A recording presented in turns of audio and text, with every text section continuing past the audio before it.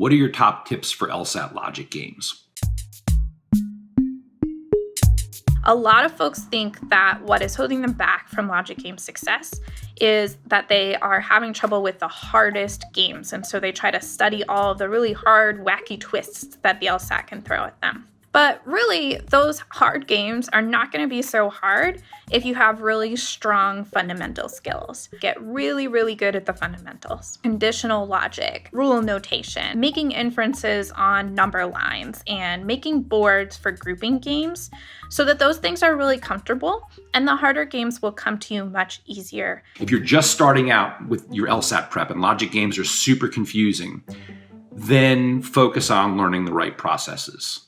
And it'll start to make sense. So logic games is all about the process, all about the steps that you follow at any moment. Start being able to categorize the different game types. You don't want to come up with a fresh approach from scratch every single time you hit a game. You want to anticipate, okay, when I see this kind of scenario, I'm going to use this kind of diagram, and these are the strategies that I want to come up with. Visualize the real world scenario that the game describes in your head. And when you visualize the real world scenario in your brain, you activate the parts of your brain that are responsible for spatial reasoning. And that is going to improve your performance. So there are certain types of games that show up over and over. And for every single recurring pattern, there are processes that if I get good at that process, it will ultimately get me to a correct answer. Every complicated process is a series of simple steps. Learn how to break things down into simple step-by-step processes. And then you practice those processes again and again. Write it down. Think with your pencil and not with your brain.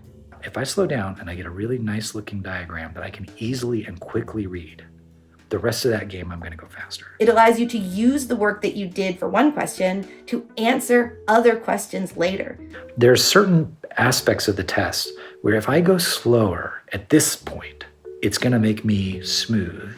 Because if I misread that rule and I set up a whole game and I start working through a game having misread a rule, misunderstood it in some way, I'm in deep trouble for that game. The 10-second test. I think if you can test an answer choice effectively in 10 seconds or less, you are going to nail the game section. So you want to come up with strategies that will keep you organized. And you want to come up with systems or processes that will enable you to keep track of what elements that you've used up on a question and what rules you've used up on a question. You develop strategies to stay organized and stay efficient.